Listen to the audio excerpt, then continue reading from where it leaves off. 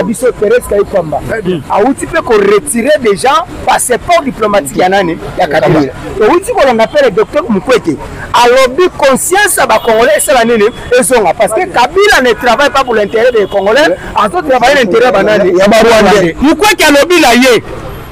La question malobate grand communicateur Mukwege alobi. Mais Mukwege pour le pourquoi Kabila avant de faire son discours a dit 15 millions de dollars. Et pas y a pas opposant va soutenir le discours naïf. Mais discours wana pour la biso ba congolais toujours considérer en gros le testament à Souka. Très bien. Il y a Joseph Kabila. Malobane à Souka ngwana. Il y a Souka. Balobi que Kabila va s'adresser à la nation. Or, la personne qui a la compétence de s'adresser un message à la nation, c'est le président de la République. Kabila a violé déjà la loi. Très bien. Il a bousillé déjà acte de vente aux Aranango.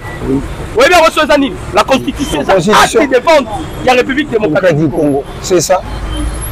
Battez la biso. Mukwe Kazumbongo te. Oui, yango boni. Bameli bango mbongo, bato azumbongo za fayulu. Bakamere, vous allez voir que ça va pas dire. Elle a formulé au mot sur le plan politique. Au moni niveau Félix Akena bango. Bandimete toko mamita poto. C'est ça. Yango moni les sphinx de res mémoire et son âme. Notre recteur à l'école du CPD Salobin. Bakokende. Ils seront bloqués, seront bloqués quelque part. Donc, on perd les mémoires. C'était une prophétie. Les États-Unis font la paix au Congo et le Rwanda consort avec les Congolais, mais fait du désordre la guerre. Alors, pour faire la guerre, il faut avoir un partenaire. C'est toute la communauté internationale. Et les partenaires puissants, ce sont des grands décideurs du monde. La communauté internationale et les États-Unis. C'est fini. Et maintenant, les États-Unis jurent que par la paix. Et raison pour laquelle tous ces aventuriers qui sont derrière Kabila comprendront qu'avant qu'il y ait le 15 juin, sans perturbation, le Congo retrouvera sa souveraineté. Bien parlé. Il y a constaté que Kabila a un schéma à sa vie. Oyo, Azoye Bessika Rokenete. Vraiment, en tout cas. Il a commis au moins pour se sauver. Il peut se suicider. Et puis, chose grave. Bino nyoso ba Congolais bobi ke Kabila za la Goma non. Lobby américain ba bimisi rapport et bimaki na Bloomberg. Américain ba bimisi rapport. Américain ba zako envisager na mikolo misali koya. Bakele robongisa aéroport ya Goma. Pour permettre ba investisseurs bakita. Comme si ko Kabila za. Quand l'Américain va bimisi l'initiative là, le sénateur directement va bimisi le document. Non, on doit maintenant tout vendre tout solo là. Makambouya désespère au Kabila Boma. Oui, c'est ça. Makambouya crie chaque Katala il a. Vous allez comprendre directement que Kabila a un morceau de paix. Il est vers sa fin. Quand il y a Kabila pour la troisième voie, c'était la 5 ans. Lorsqu'on a conduit Etienne Tshisekedi ici à prophétiser, on a toujours dit Etienne Tshisekedi Wamulumba fit l'incarnation de Simon Kimbangu. C'est ça. Pourquoi on dit cela? Sur le plan politique, il y a Simon Kimbangu, c'est un prophète majeur. Bien. Bible et Lobaka, on reconnaîtra un prophète par l'accomplissement de ses prédictions. Oui. Bien. Soka Lobili Kambokoki Sami. Bien. Tout ce que Kimbangu a dit, Etienne Tshisekedi est venu parce que quand l'homme meurt, Mutakabwana Kananzoto, parce que le corps de l'homme n'est pas l'homme. Même Job l'affirme qu'en réalité dans l'homme, c'est l'esprit. Quand l'homme meurt, il se sépare de cette enveloppe que Nzamba utilisera pour Samoli Mokatina. Oui, c'est ça. Maintenant, l'esprit ne meurt pas. L'esprit est incarnera parce que l'incarnation c'est biblique, c'est du Dieu, mais la réincarnation c'est satanique. Esprit est quoi Kokufa et hier pour une autre mission. Mais ceux qui ont confié hier, ça devient même et comme une réincarnation. L'esprit de Kimbangu s'est incarné dans le corps de Etienne Tshisekedi. Quand Etienne Tshisekedi a fini ses missions, c'est le même esprit Tshisekedi accueilli Tshisekedi Mwana Félix Antoine Tshisekedi Tshilombo parce que Batouba Congolais belé bazoé baté les gens ne comprennent pas pourquoi Baoluka Tshisekedi Baoboma été Tshisekedi tango ake na tombe ya papa na ye azui chapeau nyere alongoli na ye atiki azui oya papa na ye sur le plan spirituel basali passation ya pouvoir c'est-à-dire quoi mais ya corps Félix il devient un mort son père revient en vie. Que dit la Bible? J'ai vu des morts qui sont déjà morts plus serrés que les vivants qui sont encore vivants. On ne peut pas tuer un mort. Voilà. C'est ce qui fait que Akab Azoluka Félix il est mort. Il est plus serré que vous êtes en vie. Ma Kabila est en vie. Américain va pandi balobi. Ah. Boyoka eloko yo bandeko. Américain va pandi batali. Crise entre Inde et Pakistan. Pourquoi ça a été mis sur la Rwanda? Tu mets ça partout. Inde et Pakistan pays indi. Américain va pandi balobi. Donald Trump pour toi suit. Pour tout le suit. ABC monsieur Massad Bolos alobi. Ah Bolos. Makamba Congo lié bisono nzoto notre silicité. Quand les Soubandiens au Bayena Pakistan. Mais c'est Massad Bolos comme c'est le conseiller principal de Donald Trump. ABC Mukondambo la groupe ça piste moko pour la makambu ya Inde na Pakistan. Donald Trump a dit quel le piste. Mais c'est Massad Bolos a dit makambu ya Inde na Pakistan. Ils sont américains. Toi na chambre société. Soit maman à moi si Thérèse Kaïkwamba a traité dossier. C'est la toute première fois de l'histoire. Crise entre l'Inde. Parce que l'Inde est parmi les pays puissants parce qu'il détient l'arme nucléaire. Pakistan détient l'arme nucléaire. Ce sont les deux puissances Bunda. Mais on a pris une Congolaise, Thérèse Kaïkwamba, qui fait la fierté de notre pays. Oui. Le long, le département est américain. Bazu photo à Kaïkwamba Babambi. On a décoré ça.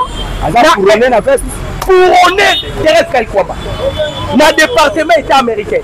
Ça dit pour vous dire, l'esprit qui anime Thérèse, ce n'est pas l'esprit de Thérèse. Oui. Qui m'invite à revenir dans un autre corps. Dans un autre corps. Qui m'invite à zonger. Parce que tous les esprits ma colonial Baboba. Revendiqué. Quand le président Félix a vu mon conduit, mon secrétaire, Mobutu a sala 32 ans. Kassabou, Musée, Joseph Kabila 18 ans. Babel Zibatika Kozongi c'est la vie son masque et à Kakungouté. Jamais. Quand il se qu'il y a eu au Konzi, Babel Zibalala Bamoni Liputa. Liputa y est la Moukima. Et puis si Bango Biloko Nyonso va dispenser Nyonso Bozoa la Congo Bozongi. Parce que c'est le ligne Lumumba Bazongi ça. Baeli Tshisekedi du masque et à Kakungu. Balobi. Pouvoir na bino tokendaki nango yango. Le fait que bazongi ici beaucoup notre pouvoir ancestral, c'est ce qui a suscité maintenant ceux-là qui ont combattu les blancs. La vision est celle qui se du Amulumba, bazongi bango nyonso. Les jours où le président Félix se séparera de la vision de son père, aux allez sous invité. Ce qui le président Félix jusqu'à présent est à vie. Parce qu'il marche avec la vision de son père. Voilà. Mais mal comprise par beaucoup de Congolais. Très bien. Mal comprise par beaucoup de Congolais. Même Kabila Negaye. Kabila savait bien que l'esprit qui anime Tshisekedi est plus supérieur que son esprit. Félix, esprit supérieur. Esprit supérieur. Et Botal la Batunion, ce président Félix a coûté à la banque. Pourquoi il s'incline à Moutou? Pas s'incliner à Moutou. Il a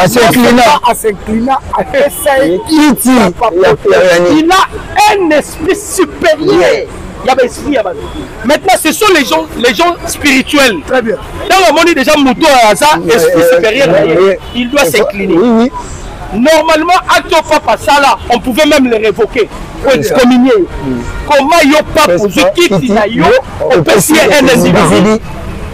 Oh, Pape avait compris que l'esprit que nous attendons esprit to bandai ko chez moi dans lobby un prophète pasteur au nom de Neema. Alors bi a aussi à niveau ya Nigeria qui n'a pas na ba prophète ya Nigeria pour un problème à Congo. Les prophètes nigériens ayebisi eboye bozo se tracasser pamba. Cet homme-là, j'ai déjà prophétisé pour lui. Que na reine na ya pouvoir na ye mobimba akozala mutu akobundisa. Mais suka nango akozala nani vainqueur. Mona Kabila o lelo. Kabila ndenge utikoloba awa que non c'est la mort. Ana sala ke za testament suka. Discours na ye wana eza testament. Est-ce que j'ai fait ça docteur? Non. Ma profondeur à ma dimension au moment où la réflexion spirituelle et puis là c'est souvenir na combat à ma père de l'indépendance nationale. Le monde baloba et le Congo est la capitale au Congo là je vais yango tozo senga ba Congomani nyonso o bolanda biso partout dans le monde. Émission oyo ba partager yango okotisa biso na bandako ya ba grand décideur mais eloko na sengi et pas Kabila tozanga te. De la Kabila. Où tu connais na connais nanga yo kele ça.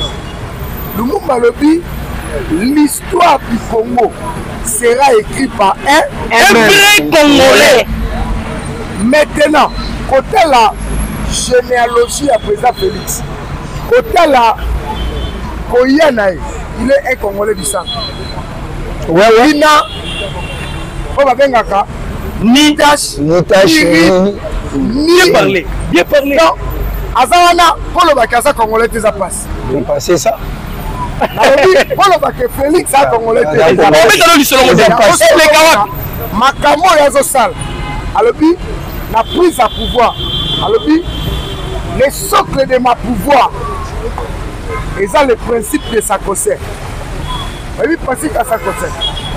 Le principe du Sakosé Zali, rien que servir le peuple. Dans mon Kabila, au salut de passation, je me souviens, oh Dieu, Batela Félix. Je suis le témoin oculaire de cet événement parce que j'ai eu l'occasion d'être la tribune latérale. Oui. De l'autre côté, la tribune d'honneur, Kabila, officier. Après, à présent, Félix Natelemi, la compte, il y a eu de peste, la communicateur avéré, président Kabounda fait sa invitation d'honneur. Nous sommes allés, président Zobi Mapoi Kendokotana Oya, peuple le bélier, Félix. Papa Saraki, le peuple là, parce que ce parcours, il y a combat, c'est que, à Tikala jamais qu'on servir, papa, on a servi car un peuple comme on est. Mon bout de tout nid, c'est que d'Inaguado, je sais que ma coulou qui va ça, ma histoire, paix à son âme, papa Mosengo témoin. Cardinal Mosengo, témoin, paix à son âme. Nasala nini na pesa mbongo potika nga kimia alobi yo za lelo ka ko pesa nga te awa na ye kotala yo tant que frère ndeko nanga oyo tozali kosala musala moko na ye na rappeler yo soki okoluka kosala volonté ya peuple te okozwa période moko okendo banda na mboka bapaya kongo kotika yango moko obi période mobuta koto hôpital à Nice c'est ça. Alors, Mobutu a côté hôpital. Il y a Nice. Ce monsieur, il était prophète, je vous dis. Il était prophète. L'histoire du Congo, ils ont commencé par un vrai Congolais du sang. Or, pour la Nissamanaba, prophétie à Kimbangu, le 5e président du Congo, Yewananda Kotongo, développer Congo. Yewananda Komema éclairage à Afrique. Naïchimi et lobby. Mayambie pas Félix, c'est que na Oya. Oki ba Naïchimi. Loba pando teke. Naïchimi à lobby boy. Naïe koye bisaba américain. Va s'approprier na accord de paix. Ils allaient accord du siècle entre Rwanda et la RDC. Ceux qui vont s'allier, quel régional Naïchimi. Alors Naïchimi azana, azana niloti. Naïchimi azana, azana moko ba fabricant ya Polka. Atangi 4 pays au la Bitumba. 4 pays ba kokabona na 2 camps. Uganda, Tanzanie, Rwanda, République démocratique du Congo, Burundi. Salobini. Burundi, allié sincère. La RDC. Tanzanie, net. Il y a un côté RDC. Malendo, net. Pourquoi? Déjà, Rwanda, na compte ça va payer à Gala, à côté de Tanzanie. Oh, mais va payer à Gala. Papa. Payer à Gala comme ça pour ça, Uganda, Rwanda, Kenya. Sikoyo, ou Tanzanie, nulle part. Naïchimie, non considéré. Comme l'Ouganda, elle, a le besoin de faire la guerre contre le Burundi, il profite à aider le Rwanda. Naïchimie à comprendre que pays solution, on a sa solution dans le problème, il y a la RDC. C'est ça. Donald Trump à comprendre que pour marquer l'histoire, l'affaire, il y a un Pakistan, c'est le pays solution, la RDC, à ceux qui parlent. Bien parlé, Mokila. J'espère Bolandi, Bakando, ma communicateur, il est mis le ah, mais c'est tout ça.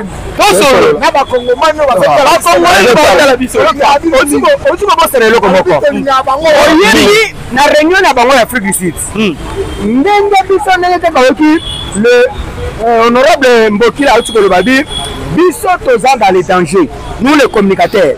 Puisque réunion eleki na kati ya Afrique du Sud bato liboso ba pointer ezali biso. Alors il faut que ça la effort pour éliminer pas na wana na communication na bango puisque bango ne bazo fragiliser nene communication ya nani ya Rwanda. Rwanda qui va excuse-moi de parler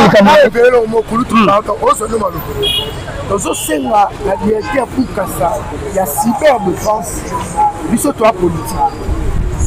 Biso va parlementaire de vous toi politique. Tu dépends de la présidence, mais tu accompagnes après parce que tu es un membre et un parti idée. Là où le pouvoir est menacé, là où l'intérêt à parti de la vie est menacé, tu as un numéro de l'armée rwandaise, autre armée numérique. Ma compagnie qui est 5 sites. Ma compagnie qui est bateau à l'équipe qui sont dans ma casse. Et ça va parlementaire de début. On va dire à communicateur volontaire. Il y a chef de l'État. Il faut le chercher à le voir, à le fragiliser. Il y a un autre de 5 000 les Pokabou et Kinia. Si Kabiso Tosal est la chef de l'État, Moussala y a offert. Il a offert. On a besoin de ça. On a besoin de combattre la personnalité, mais de combattre le système politique. Ils allaient pour remettre le pouvoir en danger. Kabouya aussi dans le rapport répondre de Kabila. Comment un homme d'État, soi-disant homme fort, il y a IDPS, il y a pouvoir. Sortie médiatique, il y a Bouzouba. Azabès est raté. On te voit là, Kabila King. On te voit là, on est là. On est là. Pour la compagnie. Discours, on a des secrets d'État. On va voter. Les arrivent à secret d'État. Mais nous sommes en danger. Soi-disant homme. Vous salaté. Président Félix a suivi beaucoup. Tous les présidents qui se quittent. Babi, si on a une difficulté, nous avons comme lobby na kokende pa ya Kabila. C'est lui qui a géré. Mais mon colonel si mon a kende. Il y a des termes politiques. Très bien. Parce qu'on est en politique. Nous sommes Kabila l'a parlé. Le régime actuel fait de la tyrannie. Vous connaissez la tyrannie? Tyrannie est la dictature. Tyrannie est dirigée avec orgueil. Tyrannie est dirigée de la manière. Mais soit par rapport à l'aspect à Nini, c'est qu'il a lobby. Tant l'orgueil. Babi, il y a un tas de dialogue parce qu'ils nous ont cherché dialogue. Dialogue pour Rwanda, tyrannie. Alors, arrêtez. Il y a le roi lobby, non, non. Vous allez comprendre. Il y a un avis civil de Bandelia. Oui. Si c'est qu'elle a sali, à ça échange, il y a encore. À ça, il échange encore. Nous tous, on a le pouvoir. Ce n'est pas le président qui s'est qu'elle. C'est Tiens si c'est qu'elle. Oui, le Baki. Le lobby, non. On a changé la malheureuse. Mais tu mets la changé la malheureuse. Tu sais qu'elle dit, sur le lobby, non. Au Balangaï, au ministère de l'État, c'est là. mais Tshisekedi alobaki akosola ba M23 te ndenge akenda kokutana bango na Doha soki tokendaki kokutana na Doha parce que on doit procéder des mobilisations cantonnement na désarmement. Il faut tout lever là, tout solo. Parce que nous avons la charte, il y a accord de Nairobi, M23 à la capote, ainsi que AFC à Corneille Nanga, à Salate. Si le problème est là, c'est ça AFC par M23. Il y a un moment Makenga. Parce que d'accord on a Kabila. Baboui. Le froid. Et puis,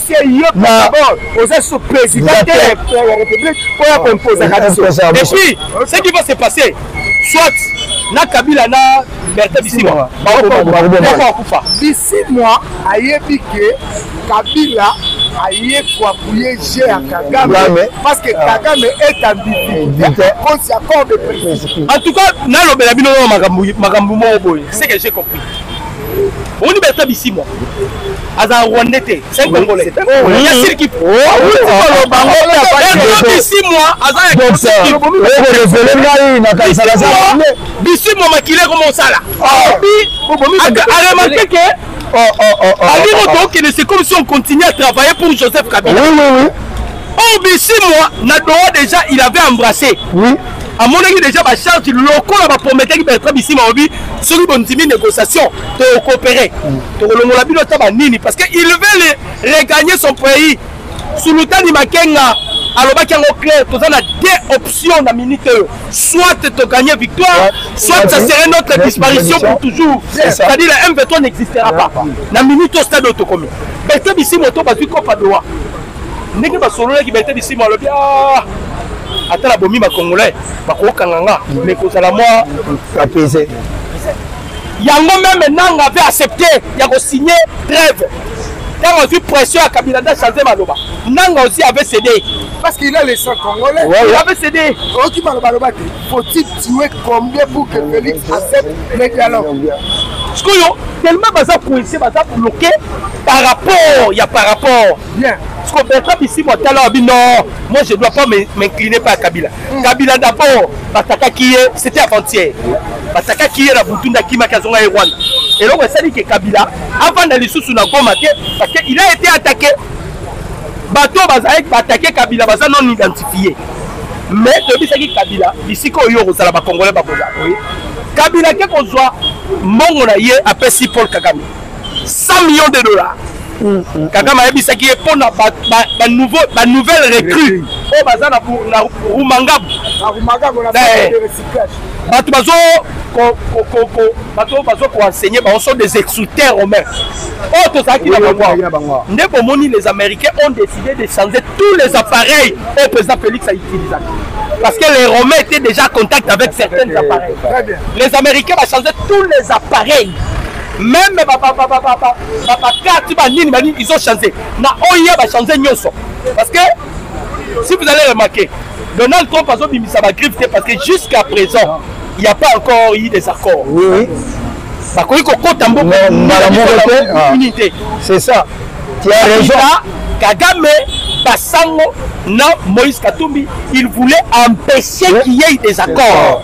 Parce qu'une fois il y a des accords, la RDC va devenir le tutelle des États-Unis d'Amérique. D'office, les Américains doivent maintenant intervenir par rapport à Yabako parce qu'il est leur partenaire. Pourquoi?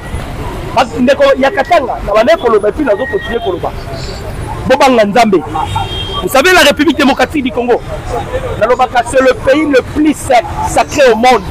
Mystique au monde, mystique. Ce qui est pas Congo na Boma. Et si on a la port à nos profonds. Malobi Maïko bima la fleuve kokota na océan, puissance na vitesse à 50 000 mètres cubes par seconde. Donc mboko et tigala ko sala maté. Et si ka mususu fleuve na océan ma yé tout na te kabwani. Bande ko bakatange bande ko beta tolo. Katumbe que même na France 24. Alors les Américains vont signer à côté la RDC minerais. Nzambe a délocalisé minerais congolais. alongoli on a Katanga tindi yango na Congo central. Tous les minéraux qui se trouvent na Katanga et que la Congo centrale. Là où il y a pas la accueilli comme on a le cuivre artisanal non exploité.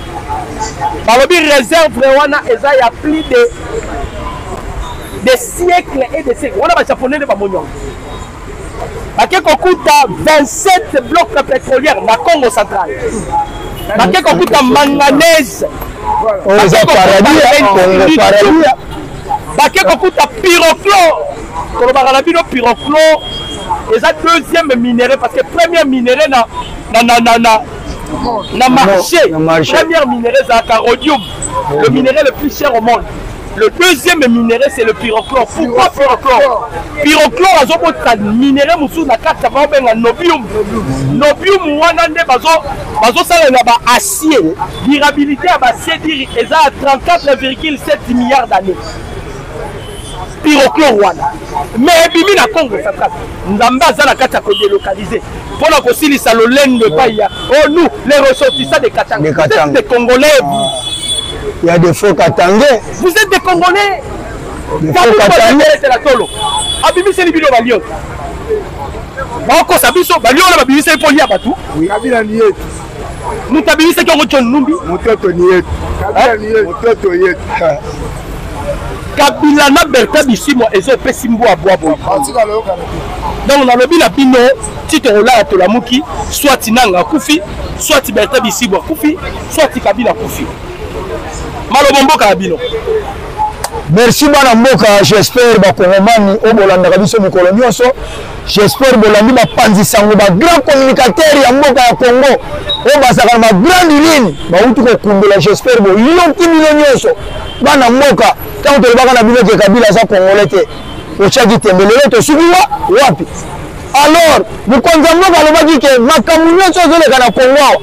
Hotel na wesa Kabila. Les gens sont bloqués, bien bloqués. À perdre de mémoire, bien perdre. Les gens bakongomani bozonga na page parce que Kabila soka saki congolais. Yango na lingana tuna ndeko na nga docteur. Na yoko Kabila o babengaka sénateur à vie. Au takoleka na pouvoir pendant 18 ans.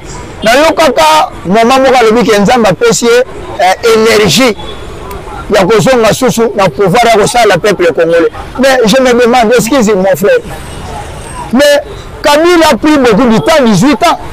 Mais le lot de mon mboka yango et le comment côté Kabila o ya sali ba kora que na ko signer un individu. Or que ba kora sinango un état par un état. Mais le lot de mon mboka mboka fachi beto amori que non moka le loyo ekufi. Ba so mo bandeko na biso na ese pona problème na minéré. Parce que son minéré za dit mbelege rwana ezate. Le lo mo mwana mboka alobi mutu kasi ekufa kala mais to boyaki mais lelo to moni be fait nango mais mwana mboka tali que non pona sauver bandeko na ngai funa za solution minero bandeko na bazo ko kufila jour au jour na kata na hémorragie côté ma ezo muka lupango atoko mona ba américain na ba européen alobi mboka lokola Rwanda eza mboka muke ko sala face na Congo te mais la moni que no milonde ba na se ya Rwanda lelo azi mitindo Plazi, bonya na mutu na ye ya kotalisa ke no tikana kuta na bango ndeko na biso bazo kufa pona cause minéré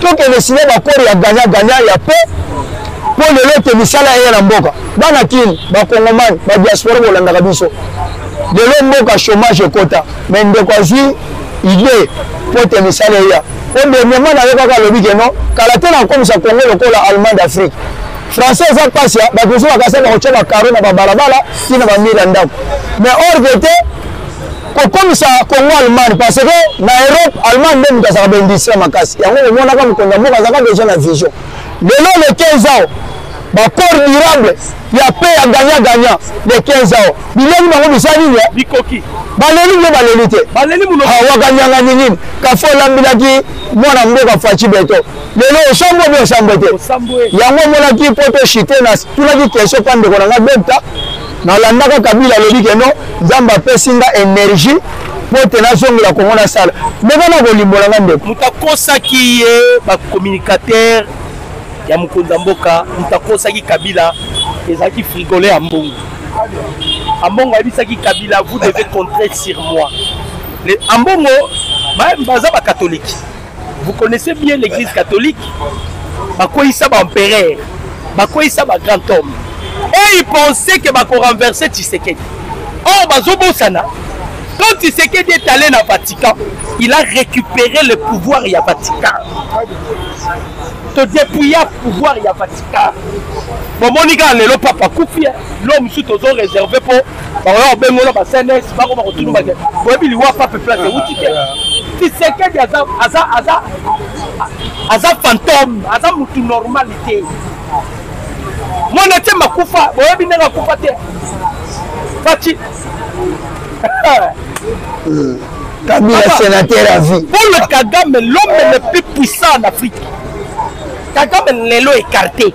Mais c'est Massa Dolo ça parlait à Kagame Lobby. Les États-Unis ne reconnaissent pas les M23. Très bien. Les États-Unis ne reconnaissent pas Nanga. Ouais. L'agression qui se passe à l'Est, c'est l'armée rwandaise contre la RDC. Surtout que les États-Unis, la charte les États-Unis ne peuvent pas négocier avec les terroristes ou les individus. Voilà la raison pour laquelle le président Félix avait instruit l'Assemblée de voter une loi pour considérer les M23 comme des terroristes et la FD. Comment écarter Bangonali solo avec les États-Unis? Parce que ceux qui vont voter que l'on va négocier la Bango. Le corps va voter le Vraiment, merci beaucoup. J'espère que Trésor Mbokilo peut sa numéro pour la photo de peut sa numéro en découvert diaspora. Voilà tout le solo. On vit qu'il y a avec les diasporas. Moi, $20 nos pèse ça. Moi, $10, ça contribue. Pouvoir la biso, mais on ne bénéficie pas de ces pouvoirs. On ne se bénéficie pas de ces pouvoirs. Grâce à vous, les diasporas. Mais pour les diasporas, vous avez un souci na biso, c'est $50. $20 na bino. Mboki la zo pèse numéro. Yo baki ozara na besoin numéro Mboki lo tindele moi $100. Hier zo pèse numéro tindele $100. Merci beaucoup Motola Nzambe, trois fois docteur. Là, on appelle merci pour la Bisso, retrouver Bisso à chaque fois dans le même style, il y a analyse des critères. C'est comme ça. C'est pour voir aux gens que les collectifs de l'IDP, c'est ma parlementaire debout. Nous ne sommes pas là seulement pour avoir blabla, mais nous décortiquons l'actualité et nous révélons aussi des vérités pour révéler vos contacter. Vos contacter Bisso, on a plus 243, on a plus 243, 82, 24, 46, 445. Plus 243, 82, 24, 46, 445. On retrouve là, pour faire parole et collectif. Et bien, nous avons fait ce numéro. Vraiment, entre lignes, ma reproche, ma suggestion, ma analyse, et surtout des informations secrètes. Oh, la carte à Toba, le ministre de Rwanda,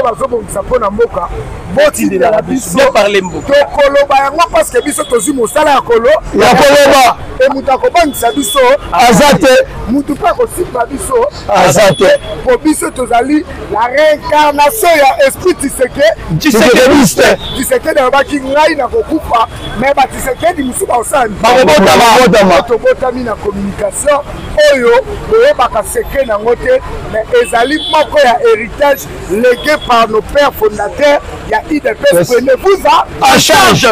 C'est pas ma charge pour la Moka et Tozawana pour accompagner chef de l'État, plus 243, 82, 24, 46, 445, WhatsApp en permanent, comme la mission de l'ambassadeur là, faites au solo là. Merci. Président Langai Lola, Obike Batapoto peut avoir besoin numéro là. C'est ça numéro là. Oui, merci bande qu'on a sur la photo ba diaspora. Ndenge kaka docteur Obike notre vivant kaka pa na bino. Pouvoir na biso ezala kango kaka pouvoir ya milelo. Bino nde bato bosinga. So merci na opesa mbote papa Paradiso Emmanuel Koba na niveau ya Belgique.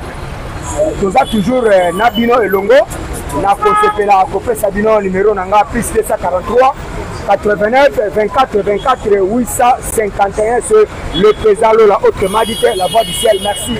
Wana numéro nanga ya WhatsApp toza na bino elongo vraiment merci.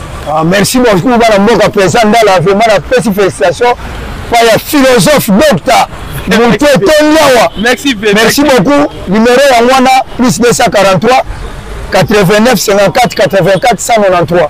Plus 243 89 54 84 193. Merci beaucoup, la diaspora.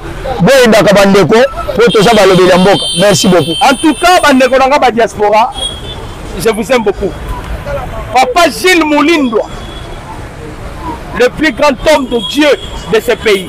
Plus 243 89 63 95 965 plus 243 89 63 95 965.